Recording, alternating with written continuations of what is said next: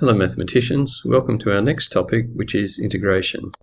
What we do in this integration topic is to arm ourselves with a lot more tools to be able to tackle integrals, but chief among those tools will be the table of standard integrals, which we have to make sure that we get our head around. And then we have a series of simple tips and tricks, often involving substitutions, often involving something like a reverse of the product rule or the function of a function rule in terms of recurrence relations, and then also to make use of trig identities in doing integrations. So our table of standard integrals you need to be familiar with, and I'm sure that you would be from extension 1. There are a couple on here which don't turn up in extension 1, and that it's not that they need to be obviously memorized or that they're significantly different to the extension 1 applications, but you just need to remember that they're there so that if they turn up in a question, you'll be able to apply them. So our first technique is changing an integrand into an appropriate form by use of algebra. And the technique we're using is substitution. I suppose change a variable is probably in some ways a more sensible name for it. And what it does is that it converts the integrals either into a standard form or into a form that we have a technique to integrate for. So what it is the integration equivalent, and I use that term loosely, of the chain rule for differentiation. And it applies most often when we can see that the integral is a product of a function and its differential. So over here in the box on the right, this is really what we're looking for, or what we would hope to get. That we want an integral of a function times its differential, and if we change the variable then, making u equal to f of x, then du dx is equal to f dashed of x. So it becomes the integral of du. Now it's important that you're careful with your setting out here, both so that you keep track of what you're doing and so that you say things which are mathematically correct. We also need to be aware of the fact that we have seen something like this before with integration of exponential functions, and it might make your extension 1, and for that matter the 2-unit work, a little bit easier. So let's look at our first example here, where we've got integral of sine to the 4th times cos, and we're integrating with respect to x. Now we have to pick up that cos is the differential of sine. So that means that we change our variables so that u equals, so let u equal sine of x. Now not sine to the 4th of x, because that would involve complications. It's just that u equals sine of x. Therefore, du dx equals cos x. Therefore, du equals cos x dx. So that means that our integral, and we often, if we don't want to rewrite all of this part here, we can just say I. So I equals the integral from, of u to the 4th, and cos x dx is du. So it then becomes a nice simple integral for us to do after we've done that substitution. So this becomes u to the 5th on 5 plus our constant of integration. Therefore, when we change the variable back, that gives us that our answer is sine to the 5th of x on 5 plus our constant of integration. Okay, so our next one, we've got a definite integral to do. And as you've probably already started to pick up, it's picking the right variable, which is the key to this technique. Once we have the right variable, it generally falls into place. So there's no point, for example, letting cos be the variable, because if we differentiate cos, we get minus sine, which is not going to help. No use making e to the tan of x the variable, But there may be some benefit in using tan, because somewhere in the back of your mind you remember that the differential of tan is sec squared, and while there's no sec squared, we notice that the cos squared is on the bottom, and that is what sec squared is, 1 on cos squared. So we then just try it, and sometimes you will pick the wrong one, but you'll fairly quickly see that that's the case. So if we let u equal tan x, therefore du dx, and I'm just going to be a little bit lazy now, instead of writing du dx and then solving it for that, I'm just going to write du equals sec squared dx, and then just to relate it to our question, I'm going to make that is 1, or dx on cos squared. Therefore, our integral becomes the integral from 0. Now, we'll worry about what we do with the limits in a moment, because what we're now doing, I shouldn't have actually written 0 there, but what we're now doing is that we're taking the integral of e to the u, and dx on cos squared is just du. So because I'm integrating with respect to u, then I need to make these limits with respect to u. So when x equals 0, what does u equal? Well, u equals tan of x, which is tan of 0, which is 0, so that one's okay. And when x equals pi on 4, u is going to equal tan of pi on 4, which is tan 45, which is 1. So our integral goes from being this horrible looking thing over here to this. So we go ahead and do that integral. So we know that e just integrates to that. It's a definite integral. We're going from 1 to 0. So that gives us e to the 1 minus e to the 0, which is 1. And u doesn't turn up in our answer here, so there's no need to change the variable back to the original. This is our answer. Again, a nice straightforward solution to that integral. Now, because there are so many possible variations of these integrals, I'm not going to work through, well, I almost have worked through all of them here, but I want to leave some for us to do in class together so that we can concentrate on picking the right change of variable.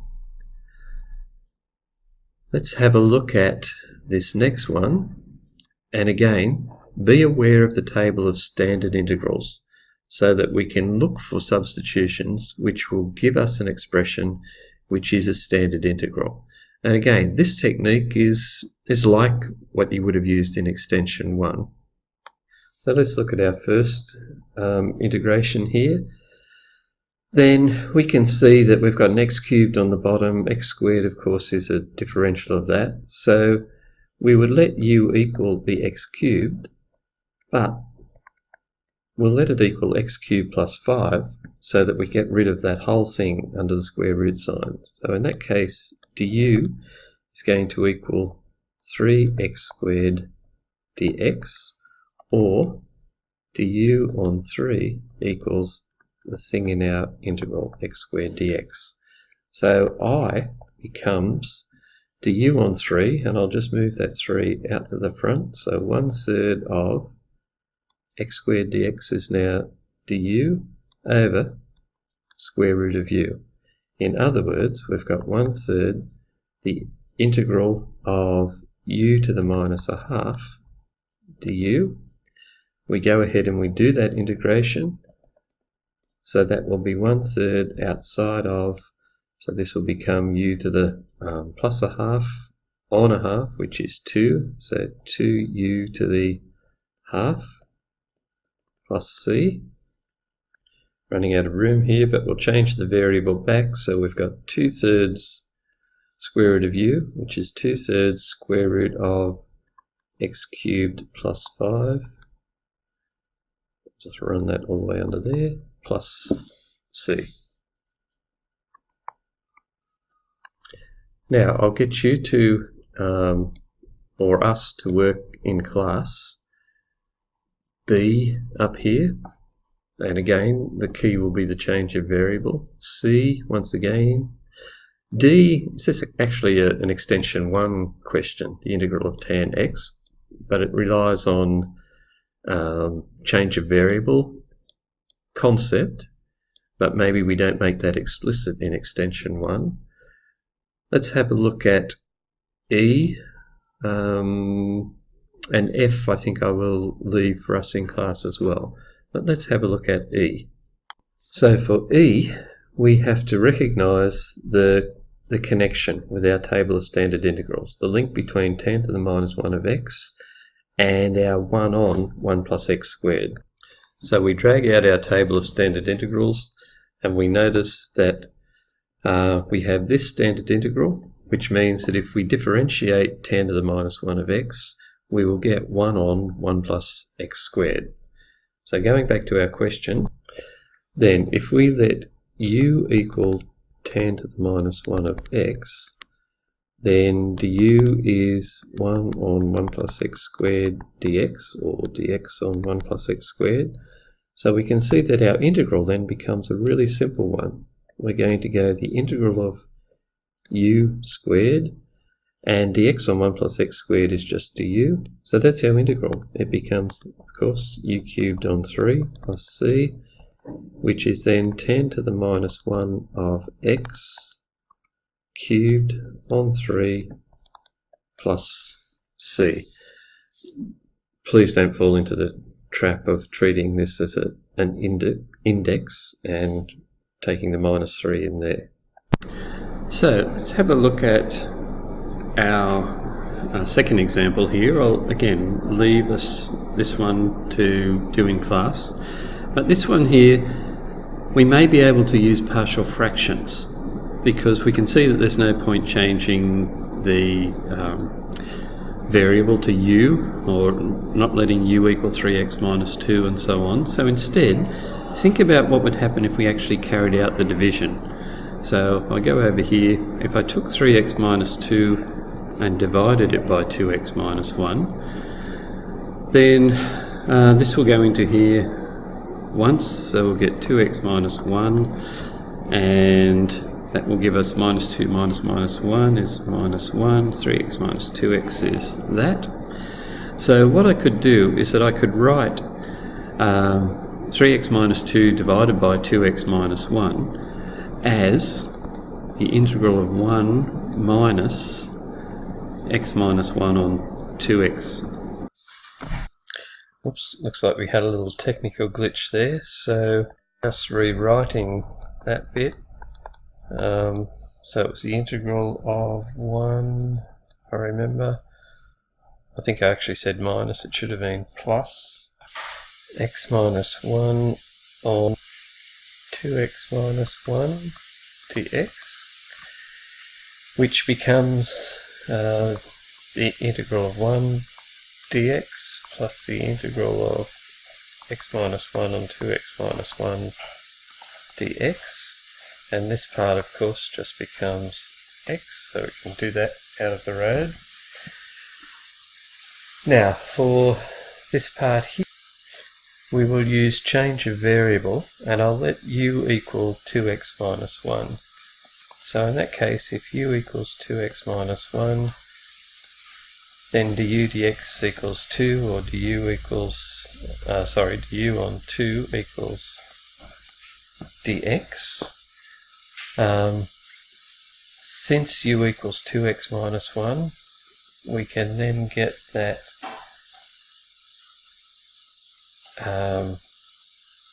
x is equal to u plus 1 on 2. So our top line here, x minus 1, will become x minus 1 equals u plus 1 on 2 minus 1, which is u minus 1 all over 2. And if we then go back to our integral here, we've got the integral of, so keeping track of bits, we've got du on 2, so I'll just take that a half out the front, and I've got du, and the x minus 1 was u minus 1 on 2, and down the bottom we've got a u. So I'm just going to use the magic of television and shift that 2 out to the front here. So just erase those. So that 2 is out there now. And obviously I'm going to focus on this one because this bit is done.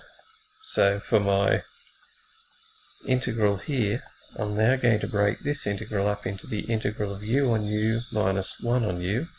So the integral of u on u is of course the integral of 1 to u plus, I've got a quarter, times the integral of minus 1 on u. So again, I'll shift that minus out the front. So I've got 1 on u to u. So hope I don't run out of space here. We've got x plus a quarter u. I'm just going to put one c at the end because it doesn't matter if I put a plus c here and a plus c there and turn it all into plus some other c. It's just as long as I've got a constant of integration. So this will be a quarter of u minus 1 quarter, and this of course is log of u plus a constant of integration. Just see if I've got room to scroll up. Now if I change the variable back again, of course that x is okay. 1 quarter of u is 2x minus 1 on 4 minus a quarter of log u, so that's log of 2x minus 1 on 4 plus c. Plus c.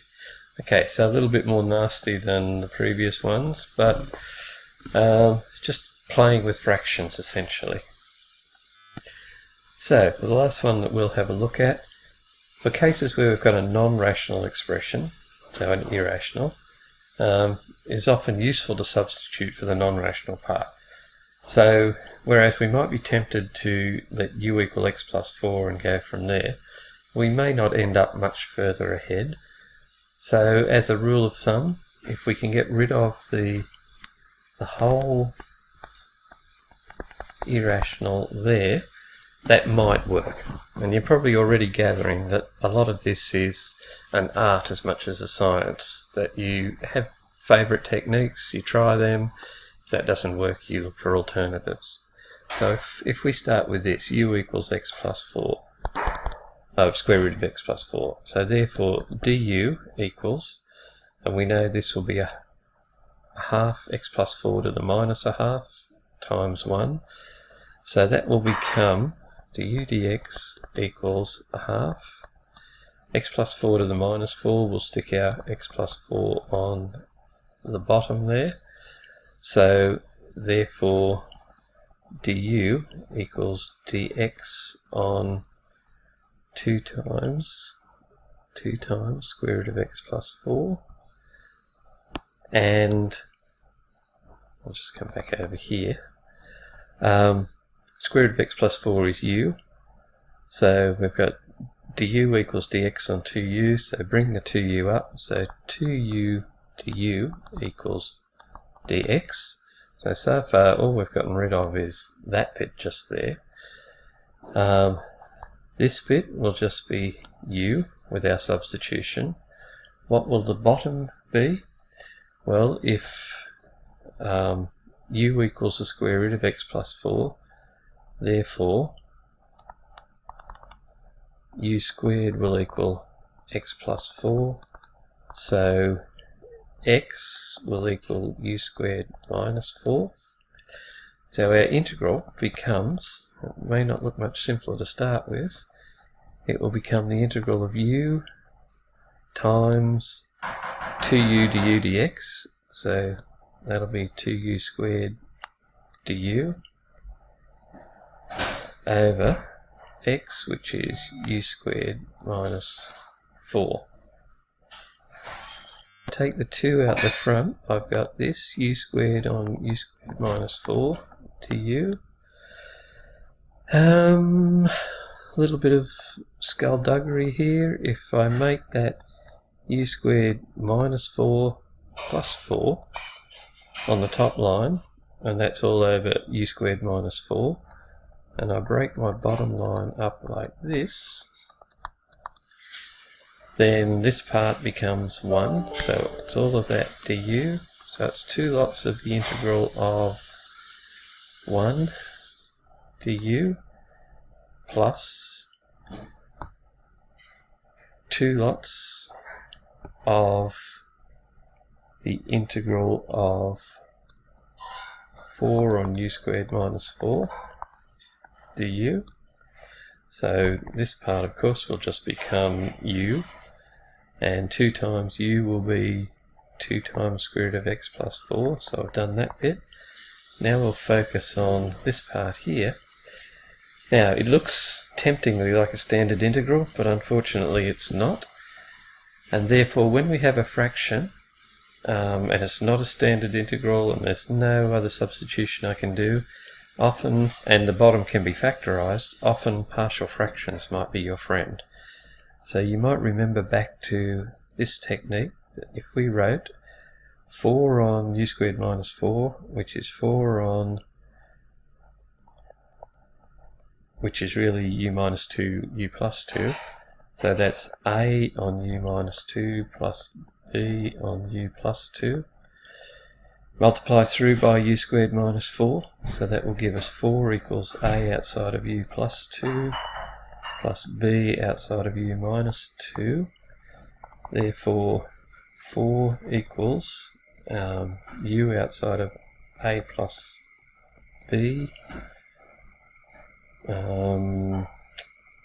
plus 2 outside of a minus b, and then we equate coefficients, so there's no coefficient of u over here, so a plus b equals 0. Just see if I can scroll up, and 2 outside of a minus b means that a minus b equals 2.